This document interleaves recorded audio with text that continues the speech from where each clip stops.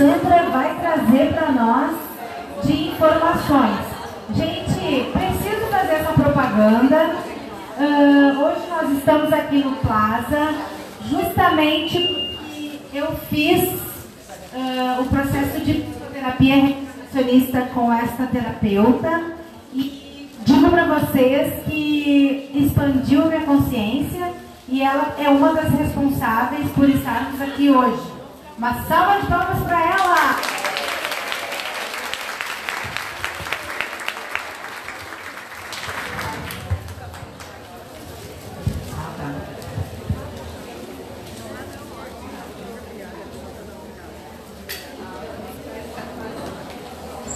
Olá, boa tarde, estão me ouvindo?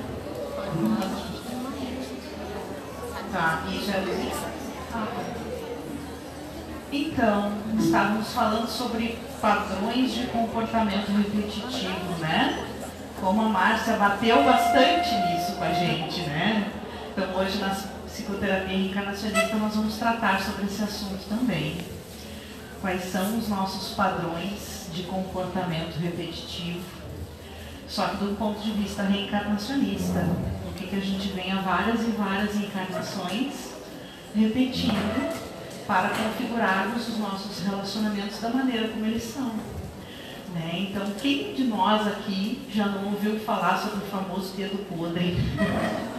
Né? Todo mundo já ouviu falar, puxa vida, mas aquela pessoa, ela acerta sempre, né? Enfim, a gente vai entender então hoje, pelo ponto de vista da psicoterapia reencarnacionista, que na verdade o dedo não é podre. Ele é um dedo bem certinho mesmo, ele é um dedo certíssimo, né, para o contexto do que a pessoa precisa. Né? Então, para falar um pouquinho sobre o amor verdadeiro, a gente vai fazer um panorama geral da psicoterapia reencarnacionista, para a gente compreender realmente desse viés o que é o amor verdadeiro. Né? A psicoterapia reencarnacionista é uma nova visão psicológica, né, que tem por base a reencarnação. Então, para a pessoa vir analisar o seu padrão de comportamento repetitivo, ela tem que, no mínimo, aceitar. Tudo bem se ela não quiser acreditar, mas ela tem que aceitar de que existe a possibilidade de nós termos tido outras vivências antes desta. Né? E que esta vida ela foi configurada em função do que nós já vivemos, em função do que nós já construímos em vidas passadas. Né? Então, essa nova... vem trazer uma nova roupagem para a psicologia, a crença na reencarnação. Né? Para melhor entender o hoje, é necessário conhecer o passado de uma maneira ética. Né? Por que a gente diz de uma maneira ética e se frisa bastante isso, todos nós, psicoterapeutas reencarnacionistas, que somos da escola da ABPR, que temos um standzinho aqui presente hoje, né? A gente trabalha com as vidas passadas de maneira ética, porque não é incomum se receber as pessoas no consultório querendo saber o que foi que fez para o marido na vida passada, né? Ou o que fez para a esposa na vida passada. Não é incomum, né? E aí a gente tem que dar toda a explicação da psicoterapia reencarnacionista ética, principalmente nas regressões, né? Que é a nossa ferramenta para o acesso às vidas passadas. Porque os mentores espirituais, eles não visam identificar os personagens. Eles visam identificar a nossa personalidade congênita. E aqui nós temos um novo pilar, então, da psicoterapia reencarnacionista, né? Que é a personalidade congênita. É isso que a gente identifica nas regressões. Na personalidade congênita está sediado o meu padrão de comportamento repetitivo. Às vezes ele é positivo, às vezes ele é negativo.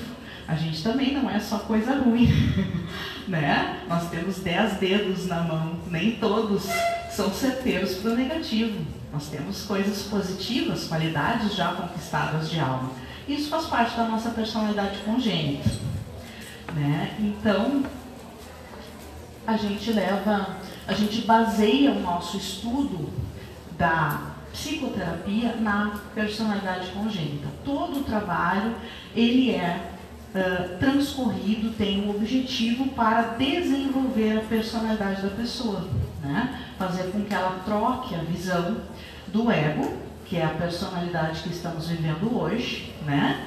Aqui no mundo das ilusões, que é cheio de falhas, junto às falhas das vidas passadas e mais as dessas, do mundo das ilusões de agora, né?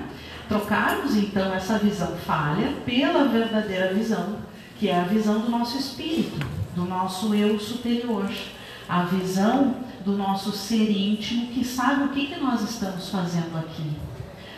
Qual é o nosso objetivo em ter o tal marido, que eu quero saber o que eu fiz na vida passada para ele. Mas não importa o que eu fiz na vida passada para ele. Importa sim qual a utilidade de eu ter aquele marido hoje na minha vida e o que ele desperta em mim. Porque nem sempre ao longo da vida ele vai despertando, ou ela também, né? Vai despertando as mesmas coisas que nos despertaram quando nós conhecemos eles, né? As nossas percepções, elas vão mudando. O que antes era uma paixão, um encantamento, depois passa a ser a verdadeira realidade, né? O que realmente a pessoa é, como ela está, como ela se comporta e o que ela provoca em nós. As nossas inferioridades normalmente são o que saltam nessa hora, né? Porque não estamos aqui a passeio, né? São raras são realmente exceções os casamentos realmente felizes, das pessoas em que se completam, né? As famosas almas gêmeas, né? Que do ponto de vista reencarnacionista a gente troca esse nomezinho, né? A gente não usa almas gêmeas, a gente usa almas afins, porque a gente parte do pressuposto de que Deus não cria dois seres iguais para serem gêmeos, né? A gente parte do pressuposto de que, em função das evoluções de cada um, individualmente, acabam se tornando almas afins. Por isso, são muito parecidas, se dão muito bem, se amam, se completam. Então, são almas afins, né? Mas aqui, no plano terreno, isso ainda é uma raridade, né? O que normalmente a gente encontra são relacionamentos conflitantes, onde as pessoas despertam a inferioridade umas das outras. E aí, como é que a gente lida com isso, né? Deixa eu ir passando os slides, senão eu vou me perdendo. Então, a personalidade congênita, como eu estava dizendo, é a nossa construção das vidas passadas, certo? É composto das nossas inferioridades, das nossas qualidades. Em função delas, lá no mundo espiritual, antes de nós nascermos, nós participamos do nosso planejamento reencarnatório, onde a gente cocria a nossa infância, os nossos pais, a nossa primeira infância. Normalmente a gente costuma cocriar também o padrão de relacionamentos que a gente vai estabelecer nesta encarnação, né? Não é raro surgirem nas regressões as informações dos combinados antes de nascerem de casar com tal pessoa, de casar por um determinado tempo com uma pessoa, né? Porque não é que se combina lá do outro lado alguma questão que ela vai ser para a encarnação inteira. Não, ela pode ter um tempo, início, meio e fim.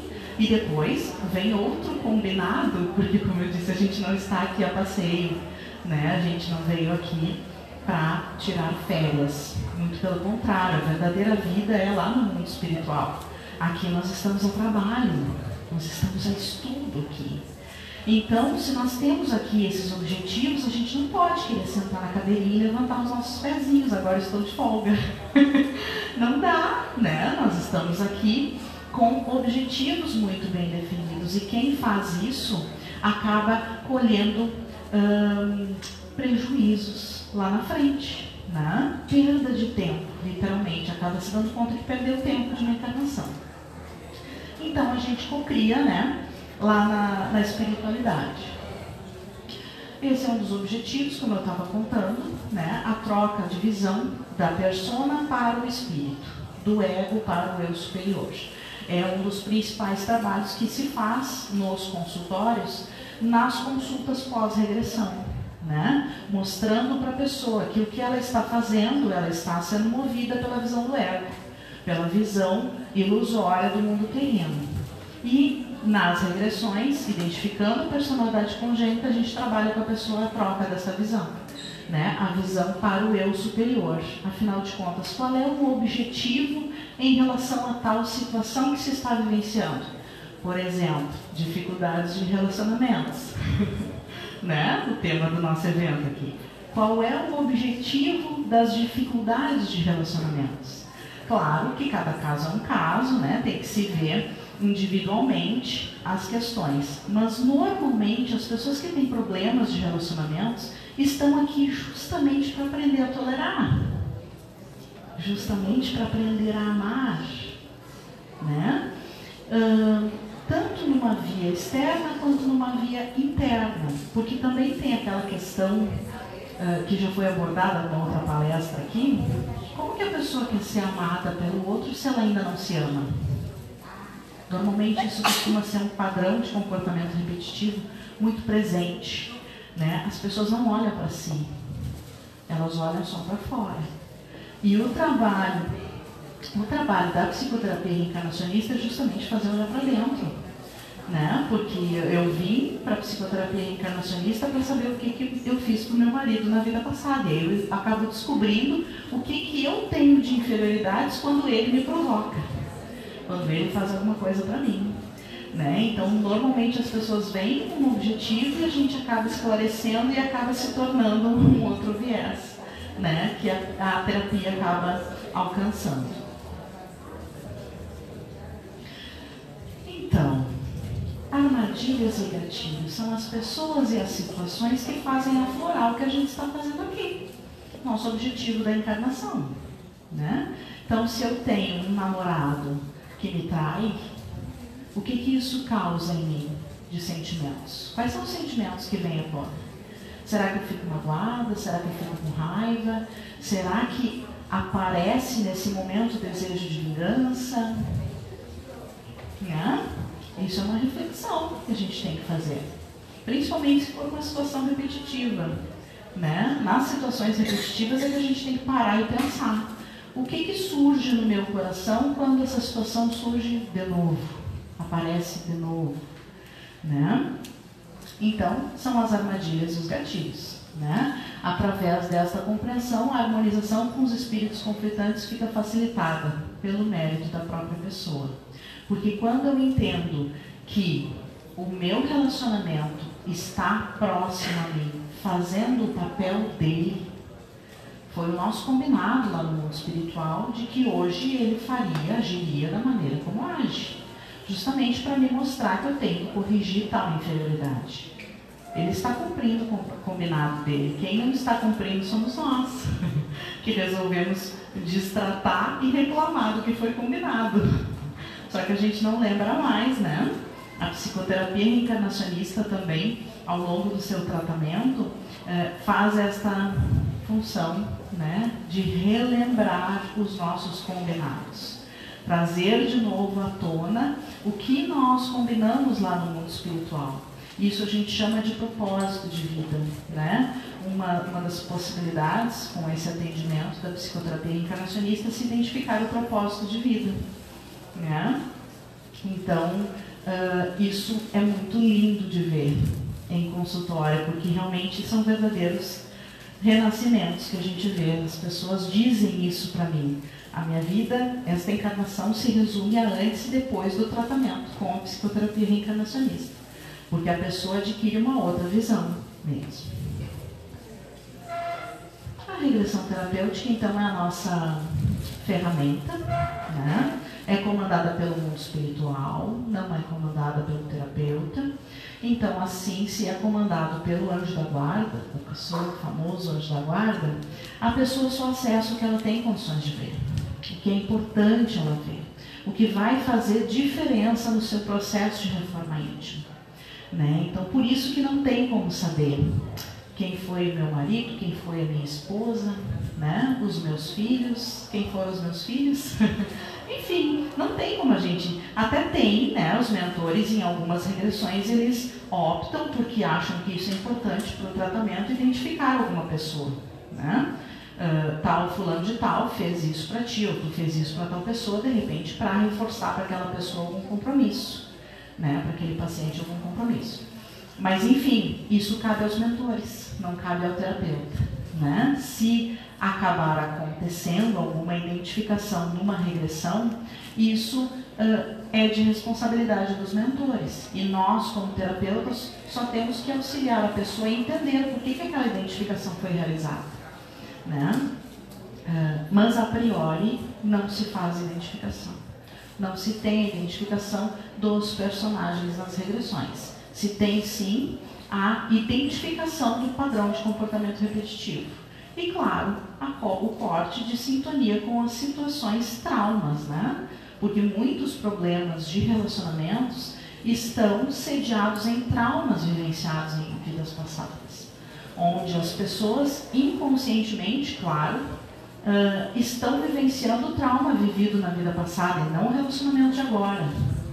Não a situação de agora, que foi dada como uma nova oportunidade de reconstrução de um relacionamento, estabelecimento do amor, da compreensão, né? A gente sabe que essas coisas acontecem, mas na regressão terapêutica a gente consegue cortar o vínculo pela técnica do ponto ótimo, que é a técnica que nós da BPR trabalhamos, né? Então existe um deslocamento da sintonia da pessoa do momento do trauma para o melhor momento que a pessoa viveu na espiritualidade, né? Então, antes, um comportamento que estava sediado num trauma, numa situação difícil, de sofrimento, agora passou a estar vinculado a um momento de felicidade, a um momento de alegria, de tranquilidade, de paz, de amor, né? Isso favorece muito uma mudança de comportamento, favorece muito o entendimento do que estava acontecendo hoje, que estava repetindo o padrão, né? Como não existe mais a âncora no passado, eu gosto muito de fazer um vínculo com o barquinho e as suas âncoras, né? Quando a gente faz uma regressão, a gente levanta uma âncora do barquinho. Sem aquela âncora, o barquinho pode andar mais depressa, com uma compreensão melhor, um domínio melhor em relação às suas ações, às suas reações, aos seus sentimentos, pensamentos, enfim, né? Então essa é a regressão terapêutica, é a nossa ferramenta. As finalidades da regressão, então, como eu estava dizendo, desligamento de traumas, né, de vidas passadas, e a questão consciencial, que é a identificação da personalidade congênita, né? Padrão de comportamento repetitivo, tanto os positivos quanto os negativos. Então, o amor verdadeiro. Né? Explicado um pouquinho sobre a psicoterapia reencarnacionista, como é que funciona o nosso tratamento, composto de consultas e regressões, né? É indicado alguns meses de tratamento até se conseguir identificar bem a personalidade congênita e se trabalhar isso, né? Normalmente, o que a gente acaba identificando, né, junto com as pessoas nos consultórios? Que realmente a maioria das problemáticas, a maioria dos problemas de relacionamento está na falta de amor, está na dificuldade de amar. Primeiramente a si, né? Porque o que não existe dentro não tem como sair para fora, né? E depois no relacionamento externo, né? Então, quando a gente trabalha isso com as pessoas, ações que elas possam começar a tomar, porque antes elas não conseguiam, estavam vinculadas ao passado, certo? Quando a gente trabalha nas consultas, as novas ações que elas poderiam tomar, elas notam que existe uma facilidade, existe uma melhora nas condições para que ela possa colocar em prática, né? Existe assim um boom, uma explosão de criatividade para que as pessoas tenham ideias de como colocar em prática novas ações para desenvolver o amor em suas vidas, né? Então, auto-amor, o amor romântico, eu coloquei ali as almas gêmeas entre os parênteses, né?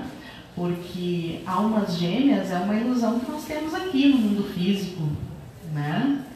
A minha metade da laranja, né? A gente sabe que,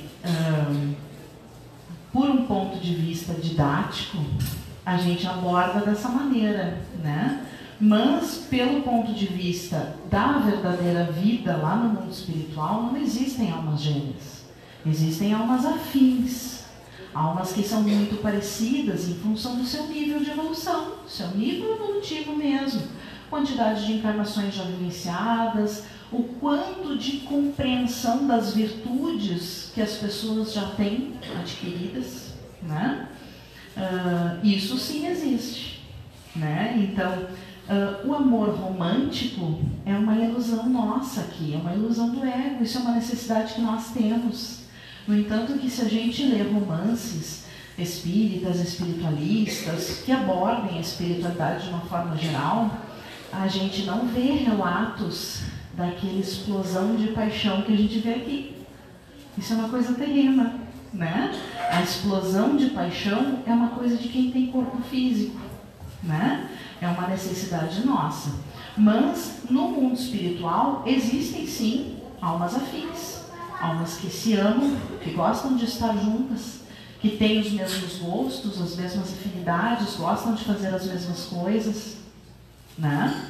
Então, já te passo a palavra. Então, o amor romântico é uma questão bastante abordada também, né? Porque é uma necessidade muito nossa. Amor paternal, maternal, né? É o que mais se aproxima do amor verdadeiro, aquele que nós vivenciamos no mundo espiritual, e todos nós vivenciamos. Todos nós já tivemos em algum momento da nossa história milenar momentos de amor verdadeiro no mundo espiritual. Momentos em que estivemos no plano astral superior, sendo recebidos pelos nossos familiares espirituais, mães, pais, esposos, esposas, né? Filhos, pessoas que gostam muito de nós. Nós somos seres muito antigos, todos nós. Nós não temos só desavenças, nós temos amores também no nosso passado, né? Então, todos nós já recebemos esse amor incondicional lá no mundo espiritual. No período intervidas, né? Nas oportunidades em que a gente já pôde estar lá, a gente já recebeu isso. Todos nós temos uma vaga lembrança do que é o amor incondicional. Tá? Então, essa semana nós vivenciamos com uma das terapeutas aqui do encontro holístico uma situação com um bichinho que ela viveu. E aí puxa vida, eu vou colocar no meu slide também, né? Porque isso é uma coisa super presente para nós, né? A gente consegue se aproximar de um amor incondicional por um bichinho. Um bichinho de estimação, cachorrinho, gatinho, passarinho. Eu, nesse momento, estou com uma coelha. Nossa Senhora, apaixona a minha vida. Eu não imagino a minha vida sem minha coelha hoje, né? Mas eu já tive cachorro, já tive passarinho. E assim a gente vai. São seres, são anjos que Deus coloca na nossa vida para nos mostrar a essência, a pureza do amor. Inclusive, a Alessandra deu o depoimento dela agora no início, né? Nós fizemos um longo tratamento, né? Foram meses de regressão e consulta, mas ela veio até mim em função do falecimento de um cachorrinho dela.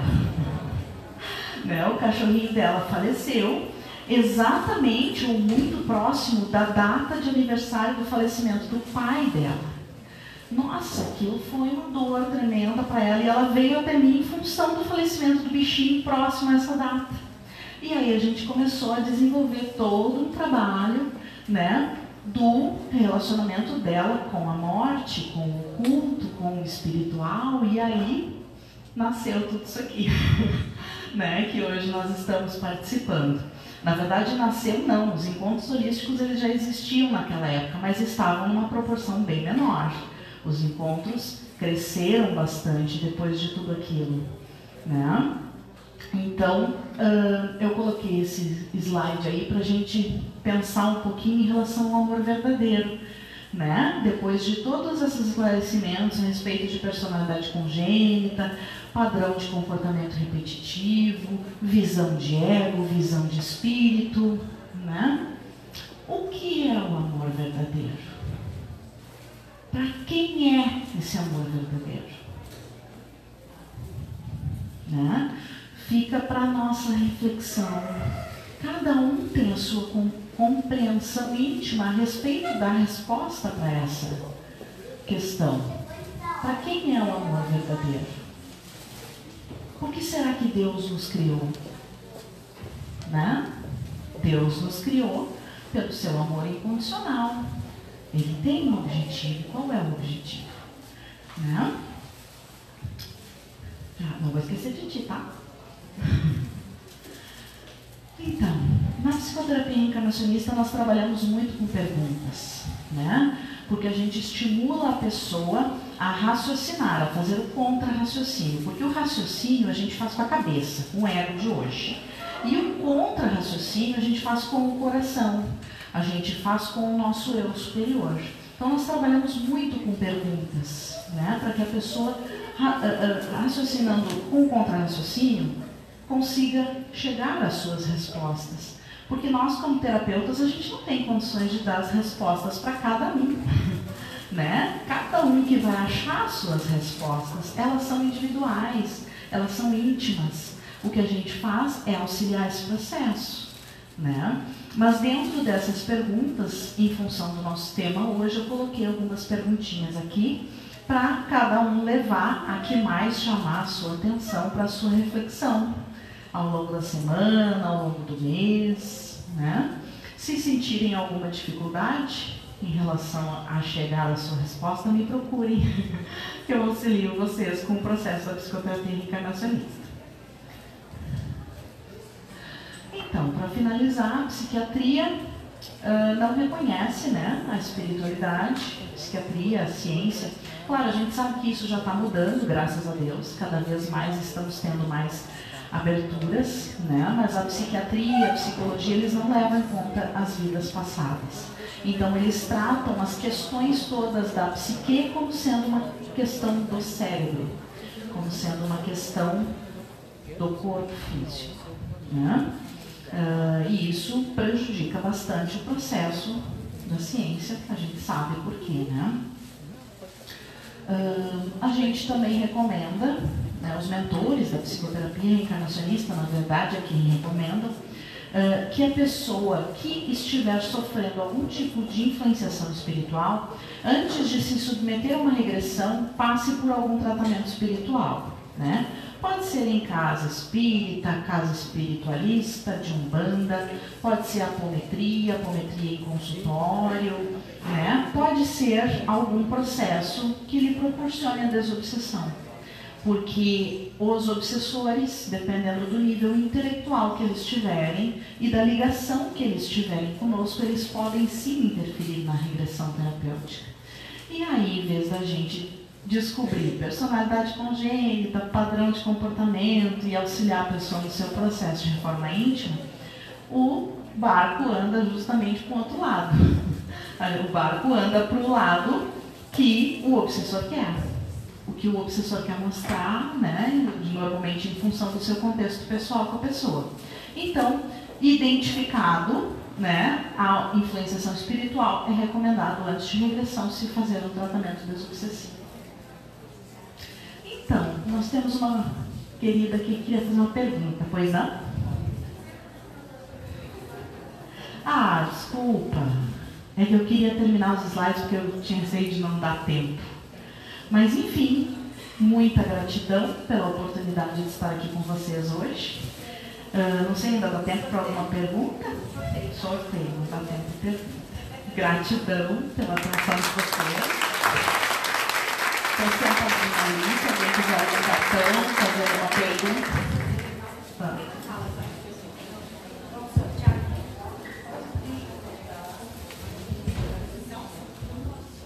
Vamos sortear um atendimento com a psicoterapeuta reencarnacionista, Sandra. Tira um papelzinho, Sandra, por favor. Mexe. Vamos lá. Quem será que vai ganhar? Letícia Braga. Letícia Braga! Seja bem-vinda! Que legal!